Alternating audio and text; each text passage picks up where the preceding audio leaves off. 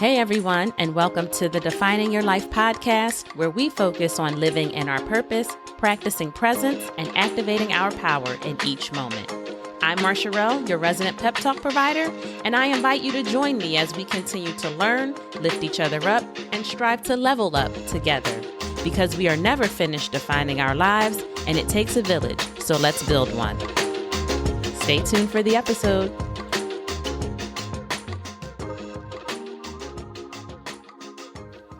Hey everyone, I hope that all is well and that you were energized and productive this week. I spent some time, as I hope you did also, considering the areas where I could push a little harder and put forth a bit more effort. I definitely came up with some action items for myself, which I recorded in my vision journal and have actively started working on. So remember to write your ideas and thoughts down as they come up.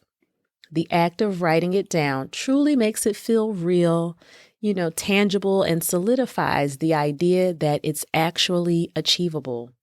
And if you revisit your journal or your list or your board often, you will be more inclined to take action. That action is how you breathe life into your goals and dreams. It's how you maximize.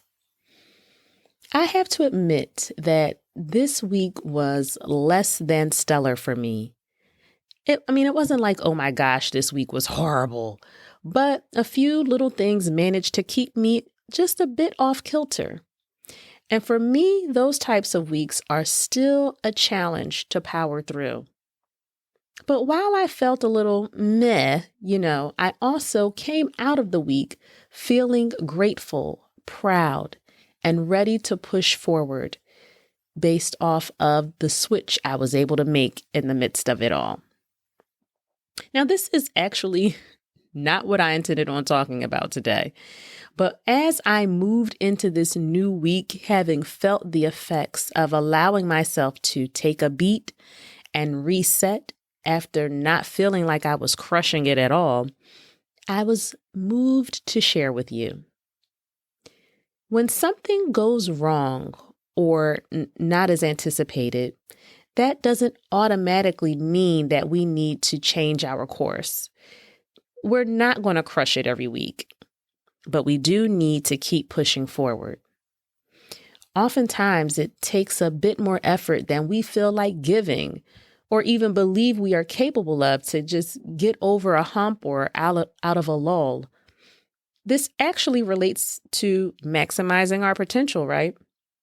Pushing ourselves little by little, challenging ourselves even when we don't want to. It's not always comfortable, but it is necessary. It's a given that there will be true setbacks in life. So in those instances, we have to just do the best we can when they show up.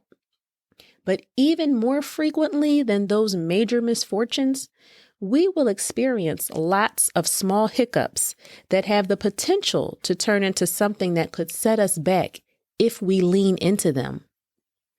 The book Don't Sweat the Small Stuff by Richard Carlson reminds us to be aware of the snowball effect of our thinking. If we let our negative thoughts spiral out of control, they will take over. I'm still working and learning how to keep those small things from growing legs. And I have to tell myself, don't lean in. It's so easy to do. Get caught up in that woe is me, nothing's going right narrative and stay there. But you know what I say? Words are power. Speak it, think it, believe it. I caught myself this week trying to plant myself and root in the negative because things weren't going smoothly. But thankfully, it didn't take long for me to look back and say, this is ridiculous. Keep moving. Keep pushing. And don't lose sight of what you are working toward by spending your time creating a case based on a few minor things that aren't really reflective of the full picture. This is me talking to me, by the way. You may not experience this, but if you do, I'm talking to you as well. Imagine the detrimental outcome of carrying the energy of a meh day into a week and then into a month. How much have you lost in that time? But if you splash some water on your face, wake up out of that stagnation, how much will you have gained? So what do you do when you can't shake the funk of those minor hiccups? Don't lean in.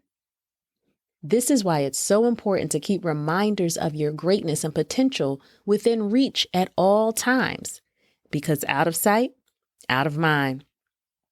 Once you notice that your energy is off, you need to do something immediately to counteract it. Step away from the task that may be causing you angst. Work on something that you know you're good at to boost your spirit. How about practicing a little gratitude, even for yourself? Is that something that you do normally? Why do you love you? What about yourself are you truly grateful for? Or you could do something that is going to lift someone else up, and you'll be surprised at how you perk up. I would like to share with you a beautiful quote by Marsharelle. If beautiful lilies bloom in ugly waters, you too can blossom in ugly situations. It's hard to think of blossoming in unfavorable situations, but remember that we are clay-like, always being molded and remolded at every stage in life. I was talking to a friend last week about being 40 and the interesting mind space that it puts you in.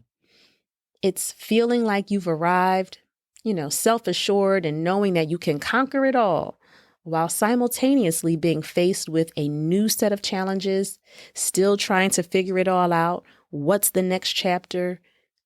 Still being molded. And now that we are in the trenches of what feels like full-fledged womanhood, there's still so much to navigate. And that leaves plenty of opportunities to let small, unpleasant things dominate and make us forget all that we have learned and how far we've come. So don't let those unpleasant instances take over. Don't lean into them. We should know by now how insignificant they are, but do continue to push forward. When those smaller challenges arise, remember that you are blossoming and not wilting. Now, I'm not only talking to women in their 40s right now, but this actually reminds me of a short film a friend shared with me not too long ago called Turning 40. And while it focuses on turning 40, it shares stories of real women and their perspectives on this particular milestone. A milestone that for some could be meh, just like my week last week. But instead of spending time on the shoulda, coulda, wouldas, it focused on how great it is to view life and evolving through a positive lens and the benefit of welcoming new energy, not holding space for those thoughts and feelings that can hold us back.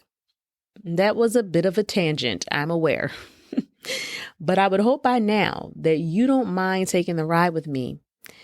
And I'll link that film in the show notes if you want to check it out. It was actually very interesting. And as a woman that's 40, I totally resonate with it, but I think anyone would.